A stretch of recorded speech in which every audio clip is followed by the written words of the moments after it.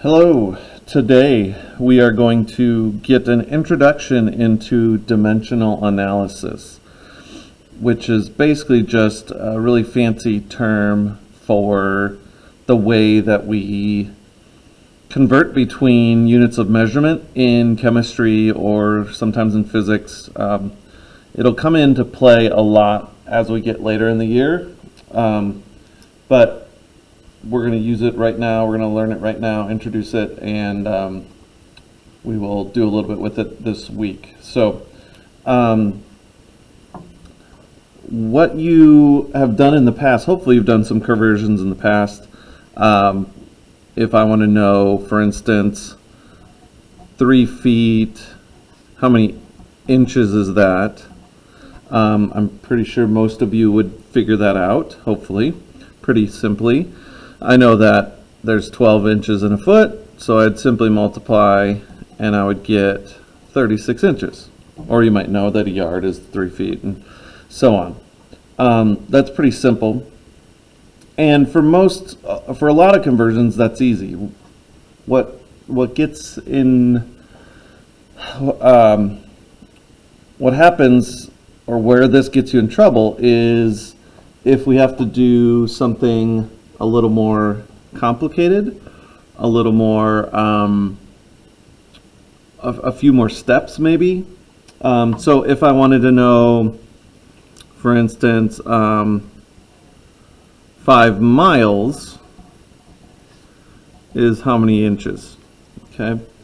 Now with the advent of Google, you could probably just Google this and figure that out, but on a test or a quiz, you would not be able to do that. So how would we do this in a different way? Well, the way that we're going to use is dimensional analysis. So how would I set this up? Well, whenever I'm starting, I always start with my given number, okay? And so we start with 5 miles. Well, I don't know the direct conversion between miles and inches, okay? I do know that 1 mile equals 5,280 feet. I also know that 1 foot equals 12 inches. So I know that I can get from miles to feet using this, and then I can get from feet to inches. So this is going to be like a 2-step problem. So how would I set it up? I'm starting with 5 miles, and I'm going to use this conversion. Well, I'm going to draw kind of a fraction here using our conversion factor. Whatever's here to the beginning, my starting unit has to match the bottom. So diagonally down from that has to be the same. So this will be miles. And then what I'm trying to get to is going to go on top. So what my wanted is going to go on top. So that'll be feet. And I'm not going to put my numbers in yet. I'm going to do my other step first. Okay, so I would suggest putting units in first. So these two have to match. Okay, and we'll get to why that is here in a second. Then I'm at feet now. So now I want to get to inches. Well, I know that this has to match down here. So this is going to be feet, and then what I'm wanting is going to be on top. So that'll be inches. So now I'm starting with miles, and then my last unit is inches. Okay, and now I'm going to fill in my numbers. So I know these two terms have to be equivalent. So 1 mile is equal to 5,280 feet. And then I know 1 foot is equal to 12 inches. So those are my 2 conversion factors here. Okay. Now, I said the reason why we'd get to the reason why we need those units diagonally here in a second. So why do we do that? Well, if I have a number or something on top, for instance, in math class, if I have x squared over x, I can cancel something the same thing that occurs on top and bottom of a fraction. So this could simplify just to x, right? Because I could cancel out this x, and then one of these x's that cancel out the square, left with x. Or for instance, if I do, I don't know, let's do 8 over 2, okay? Well, I can simply divide that, or I can cancel out the 2. That's going to give me 4, okay? Well, when we do this with the units, we can actually cancel out units that appear on top and bottom. So I can cancel out the miles, I can cancel out the feet, and what I'm left with is what I'm wanting my answer to be, which is inches, okay? I don't cancel out the number. Keep that in mind. I cancel out the unit, just the unit. So miles and feet cancel. So from here, then I do my math. I multiply across the top, multiply across the bottom, and then divide.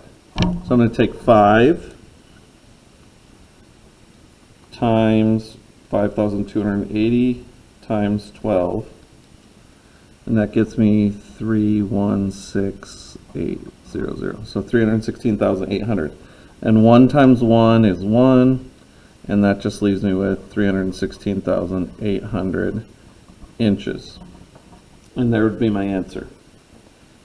Okay? Now, sometimes this number on the bottom isn't 1, and then I'd have to divide that. But in this case, it's 1, so it makes it a little easier. Okay? So, let's do another one.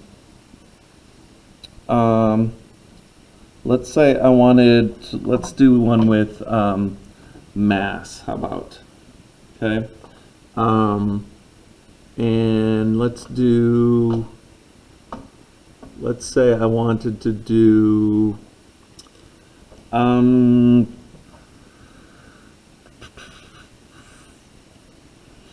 500 and actually let's just say 53 grams. How many pounds is this?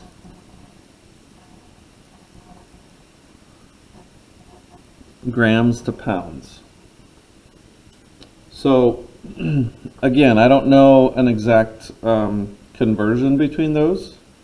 I know that pounds are bigger than grams, so then that means that I'm going to probably get a pretty small number.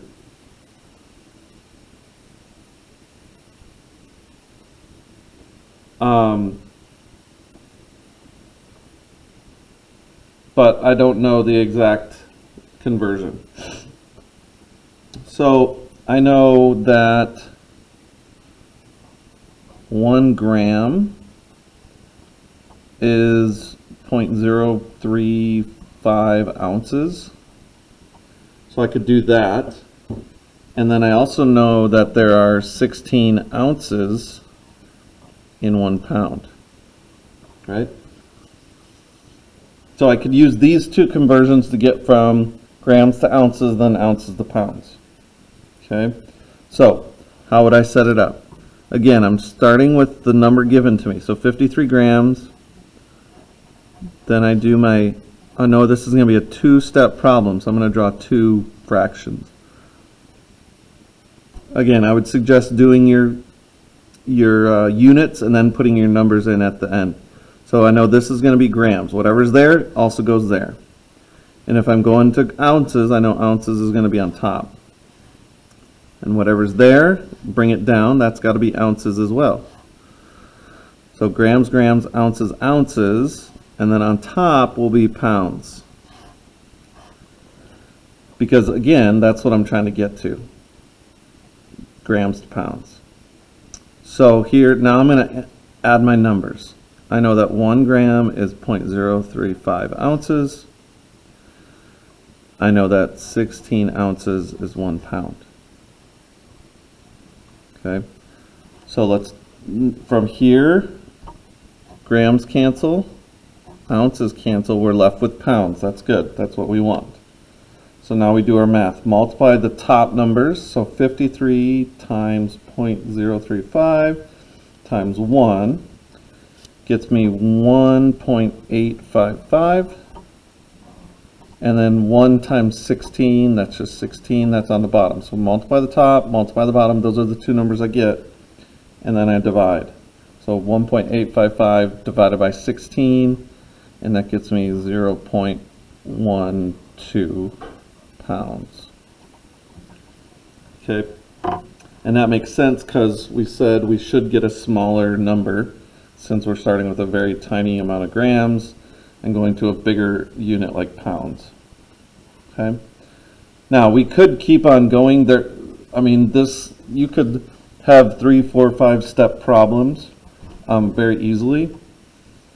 For the first few that I've given you, I think they're only 2 or 3 step. You should be able to get them.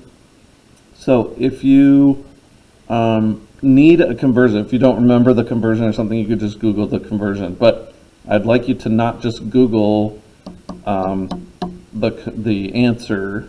I'd like you to actually set it up the way that I'm doing it, because you need to know how to do this and you need practice doing it, because later in the year we're going to be using it quite a bit.